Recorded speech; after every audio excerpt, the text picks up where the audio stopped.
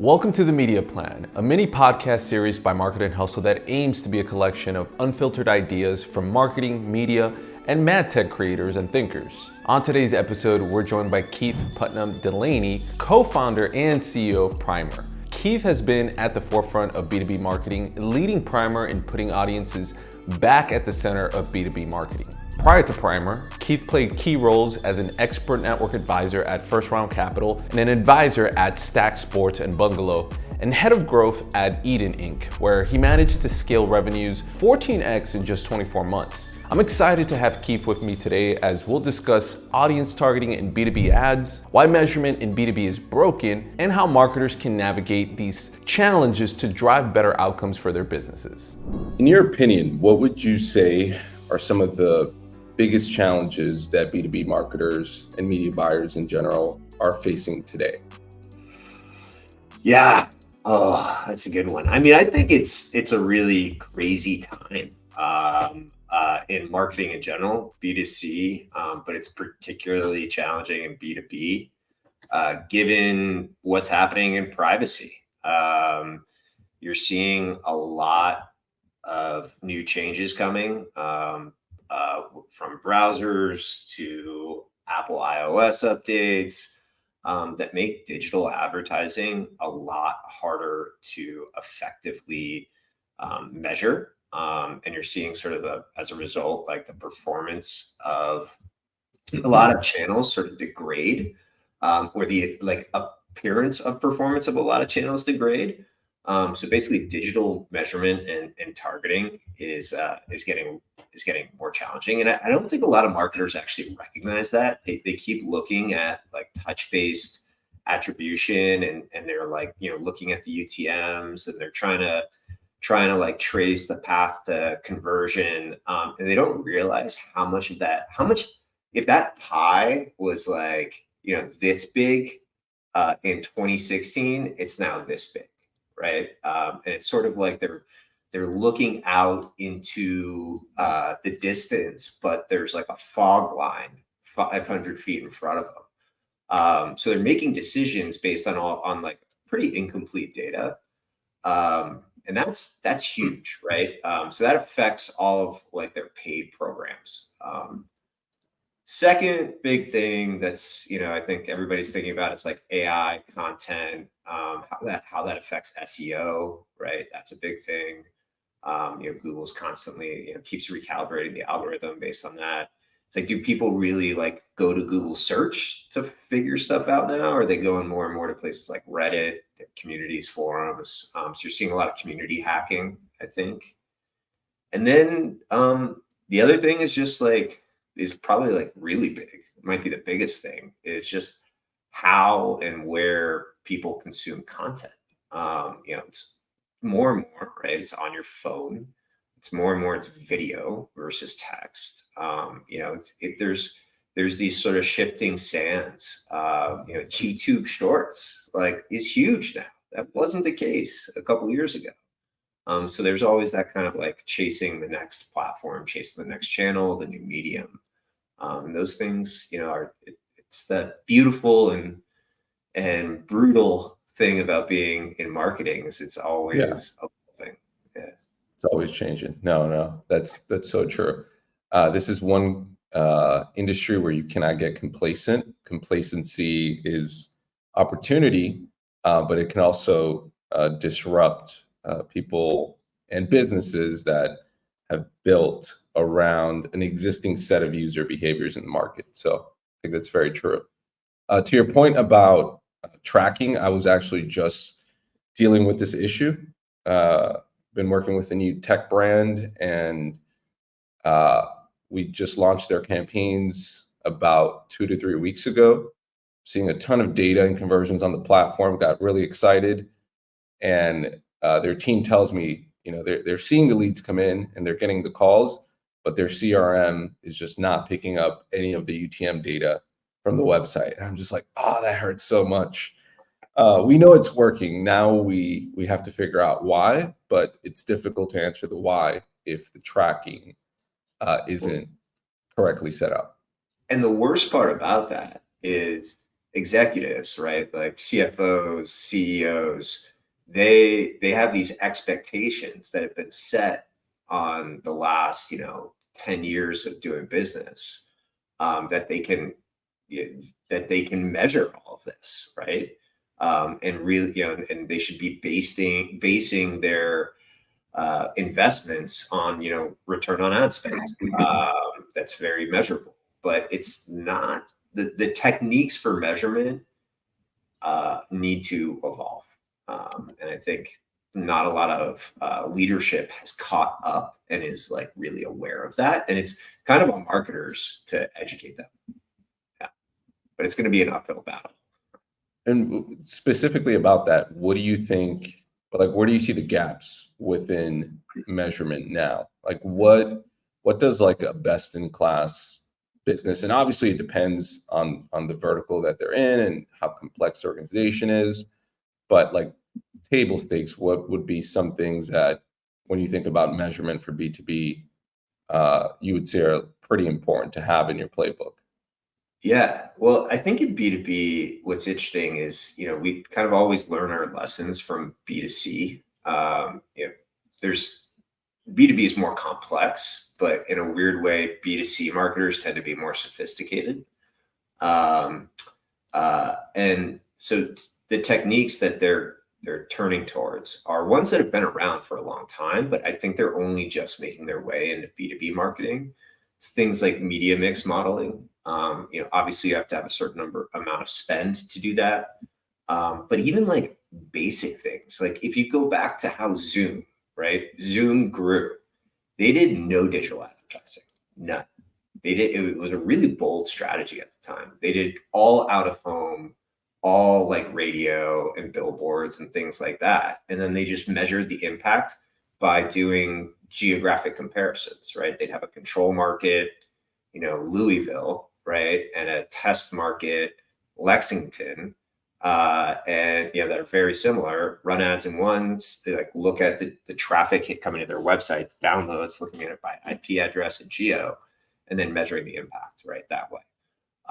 Those kind of lifts and incrementality testing is basically what you kind of have to do more and more of to understand. Hey, okay, we can measure this much, right? We can see the UTM parameters. We know that it's working to this extent, but what happens like for the part that we can't directly measure, right? How do we judge if this investment is worth it? It's basically going to be like, you basically have to measure the lift. Facebook has a conversion lift API. There's tools out there that are kind of built towards this, but really like the biggest gap is just the mentality of that and how to make the case for that. I think a lot of CEOs, if you take that to them and say, hey, this had a lift, they're like, well, that's not like, what about all these other things you could control for?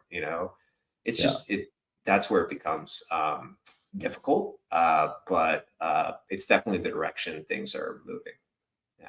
Yeah, I often say that we've become very sophisticated in our acquisition strategies, and oftentimes our measurement infrastructure doesn't match and can't capture the impact of that. So I think it's a very big challenge. And to your point, not every business might have enough data to run like an MMM. Geolift testing is something that is also very commonly used, but we don't have like a one like gold standard outside of just click-based UTM tracking, which is so ancient. There isn't anything more sophisticated that has like become industry standard. And it is a challenge because if you're making investment decisions based on what you can measure and your ability to measure isn't the greatest, then you'll often won't make the best decisions. Well, I have one more point to make on that topic. I have been going like deep into attribution land lately because it's something that's near and dear to my heart. And what ends up happening in B2B is LinkedIn I think has 43% desktop traffic. Google search 39%. People will it's much easier to resolve identities if your path to conversion is on the same device, right?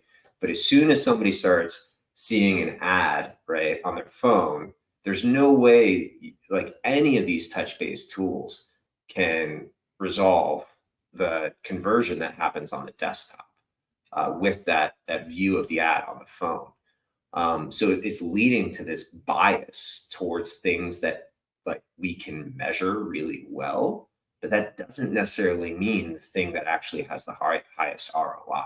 Would love to hear your thoughts in terms of the gaps that we're dealing with within audience targeting. We've talked a little bit about some of the challenges today and the gaps, the evident gaps with measurement, but the other piece obviously is audience targeting. This is super important. In B2C, the idea of targeting is starting to shift because algorithms are becoming more mature and the need to be prescriptive with audience targeting isn't as important. Would be curious to know what's the status from a B2B lens and what are some of the challenges there? Yeah, it's actually really interesting. So when you think about B2C, how B2C targeting algorithms work, right? There's really like, and I'll just speak to the two biggest B2C advertising platforms, Google and Facebook. So Google and Facebook basically collect data from two sources.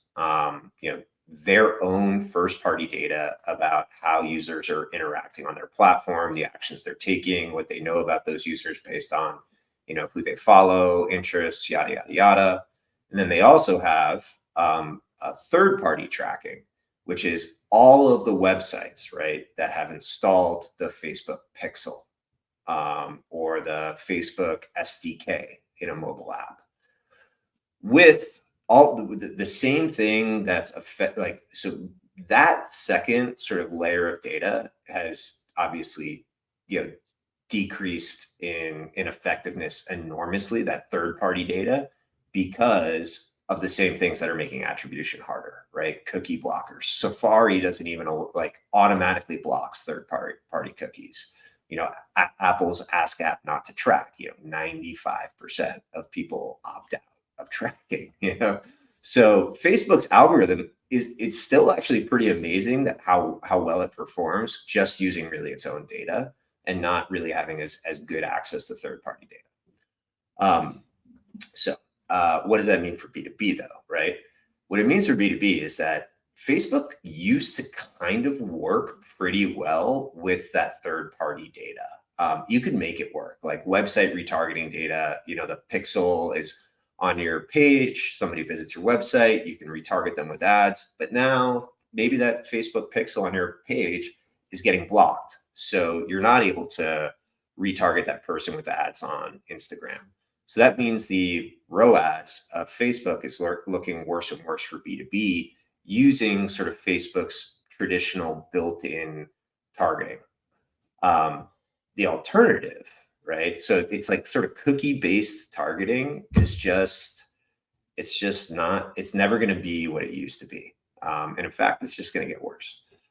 The alternative is to try to find some other ways to identify your audience on these channels. One thing that's been big for a while in the world of ABM is IP-based targeting, right? The IP address of a company, you see people, you serve ads on New York Times to anybody who has that matching IP address. It kind of works. More and more, right? IP addresses are being used for connected TV targeting. So a lot of people are leaning in more and more to the IP address based technology that's been around for a while. And then the third alternative is to actually use like more to go actually to some of the notes that financial institutions do, some of the techniques they do.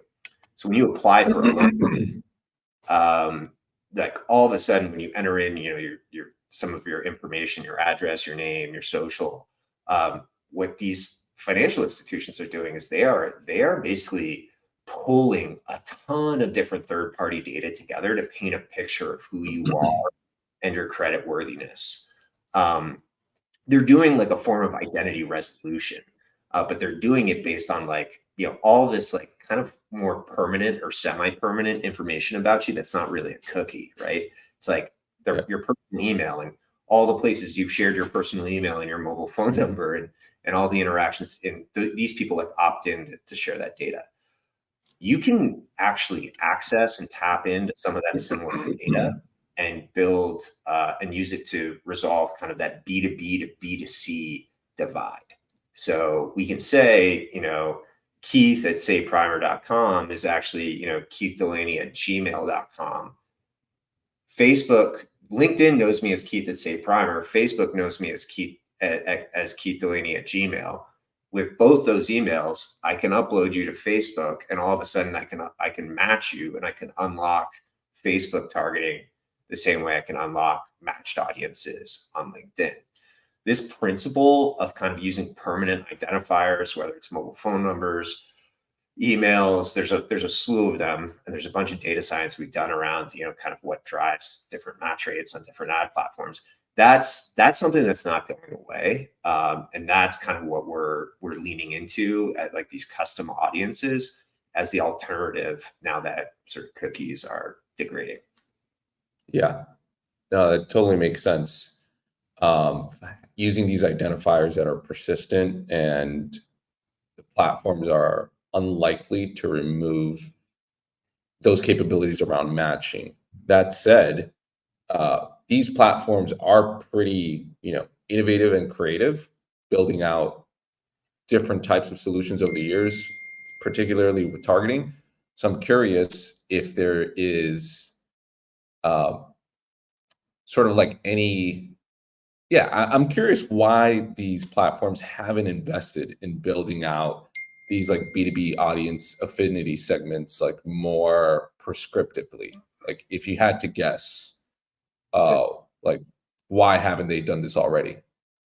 Yeah, well, I mean, there's one huge reason, right? Is that they feel like they can make, even more money off of B2C advertisers than they can off B2B, right? And there's more, if they keep investing in the B2C side, they'll make more money than the B2B side. That's one potential reason. Another reason is more around the fact that, for Google, and think about it this way, right? Another reason is that LinkedIn has the firmographic data, right? They know the company profiles, the industries, et cetera, et cetera. Google and Facebook don't. So they would have to go and buy that data, right? That opens them up to more scrutiny, to more privacy objections. There's rumors that Google might be buying HubSpot, but then that kind of got, poo-pooed and like shut down. There's all these concerns. And in fact, Facebook had a data marketplace back before Cambridge Analytica, and then they got rid of it, which is interesting. So those are like kind of what I would say are the two main reasons. Is just the amount of money to make off of B2C, and then the additional scrutiny of adding in more data at a time when when the world is already concerned about them having too much data to begin with. Maybe like a third reason that makes it less of a strong opportunity is also this attribution issue, right? With B2B, there's longer sales cycles, which makes attribution more difficult. Whereas with B2C, right, I can see an Instagram ad, click on it, buy some bag, and then, all in one session. That doesn't happen in B2B, which makes, the proving your ROI a little bit harder. Yeah. So it sounds like complicated. B2B has a lot more challenges that B2C tends not to deal with. However, there are options, whether it's, enhancing the way you think about and deploy measurement, or the partners that you invest in to expand the effectiveness of your audience targeting. A lot we can learn from B2C, but B2B seems to be its own world that you have to learn to build for and operate in. Totally. Kieth, yeah, appreciate your thoughts today. Thank you for coming on. Love what you're doing with Primer. Can you tell our followers where they can listen and learn a little bit more about what's happening with you and Primer? Sure. I'm actually about to kind of release like a whole report on the state of B2B attribution, full of little fun factoids that'll, make you really sad. Most people pretty sad.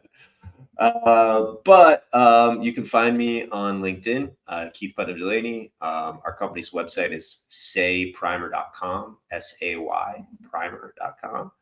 And yeah, if you are, interested in sort of figuring out how to do B2B targeting on B2C platforms, that's really where we excel.